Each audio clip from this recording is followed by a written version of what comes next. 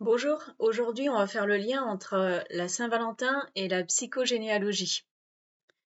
Donc la Saint-Valentin peut réveiller des mémoires émotionnelles familiales en relation avec les couples, puisque dans notre arbre généalogique nous avons toutes sortes de couples différents et c'est vrai que quand on fait son arbre sur de nombreuses générations, ça fait énormément de couples et c'est intéressant d'aller voir un peu comment chaque couple a vécu son couple et aussi de pouvoir essayer d'imaginer en fonction de l'histoire familiale comment ont pu être vécus les couples, par exemple, de nos arrière ou arrière-arrière-grands-parents que nous n'avons pas connus. Alors, on va démarrer. Donc, la Saint-Valentin peut réveiller des loyautés invisibles liées à l'amour dans la lignée. Donc, il y a différentes choses à explorer. Donc, les couples fusionnels, les couples malheureux, les séparations, les deuils, les divorces, les deuils amoureux, les mariages arrangés ou imposés lorsque il y a une grossesse hors mariage, par exemple, les amours impossibles. Donc, pendant cette période, on peut ressentir une tristesse ou bien une pression à réussir sa vie amoureuse. On peut également repérer dans notre arbre des schémas répétitifs transgénérationnels. Donc, être seul à cette période comme d'autres ancêtres, vivre des ruptures autour de février, ou choisir des partenaires indisponibles, absents ou violents.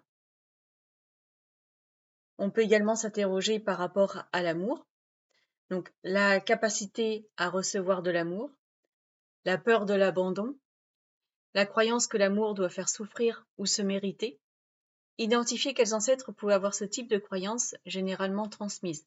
Donc là, on peut voir aussi dans chaque lignée, la lignée du père et la lignée de la mère, quelles étaient les croyances en amour. Donc ça peut être différent. Des fois, ça peut être nos parents peuvent s'être rencontrés sur des croyances similaires, mais il peut y avoir des fois dans les lignées des croyances différentes. Donc c'est important d'aller les voir. Alors cette fête peut nous inviter à sortir des scénarios familiaux, donc se dire sortir du transgénérationnel en essayant de couper ce lien si c'est un lien négatif, pouvoir sortir de ce lien pour partir sur des relations positives. Honorer les histoires d'amour sans les répéter, donc même celles de nos ancêtres. Également, honorer ce qu'ont vécu nos ancêtres, même si s'ils n'avaient pas eu forcément de belles histoires d'amour, au moins se dire qu'ils ont fait ce qu'ils ont pu à leur époque et honorer ce qu'ils ont vécu, pour pouvoir ensuite nous passer à autre chose et mettre de la lumière sur l'arbre. Réinventer sa propre définition de l'amour, plus libre et consciente, c'est-à-dire que si dans la famille, il y a un type conception de la relation amoureuse, on peut après, chacun de son côté, décider de la façon dont nous, on voit l'amour et de la façon dont on veut vivre son couple. Alors, je peux également vous donner un petit exercice pour vous défaire des loyautés familiales et des schémas répétitifs familiaux. Donc, dans ce cas-là, je vous invite à prendre une feuille avec un stylo rouge. Sur la feuille, vous pouvez écrire tout ce qu'on sait et tout ce qu'on ressent de l'histoire familiale en matière de relations amoureuses. Alors, tout ce qui est blessures répétitives, donc en fait, vous pouvez noter les couples dans votre famille, faire l'arbre avec les couples et noter les blessures répétitives, les séparations, abandon, amour impossible, les croyances que l'amour fait souffrir.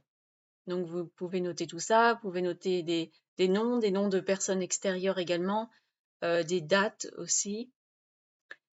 Puis écrivez une phrase libératrice, par exemple, donc je vous donne un exemple, mais vous pouvez faire vos propres phrases. Je rends à mes ancêtres leur souffrance amoureuse. Je choisis d'aimer et d'être aimé librement. Donc vous pouvez lire cette phrase lentement, à voix haute. Vous pouvez la répéter plusieurs fois en l'intégrant. Donc je vous la répète. Je rends à mes ancêtres leur souffrance amoureuse. Je choisis d'aimer et d'être aimé librement. Et continuez. À partir d'aujourd'hui, j'honore mes racines sans les répéter. L'amour circule en moi, libre, vivant et joyeux. Donc, à partir d'aujourd'hui, j'honore mes racines sans les répéter. L'amour circule en moi, libre, vivant et joyeux. Donc, vous pouvez ensuite plier la feuille et la laisser dans un endroit où vous pouvez la voir facilement. Donc, vous pouvez la garder autant de temps que vous voulez, quelques jours, quelques semaines. Ainsi, vous pouvez relire ces phrases régulièrement afin de bien les intégrer au niveau du subconscient.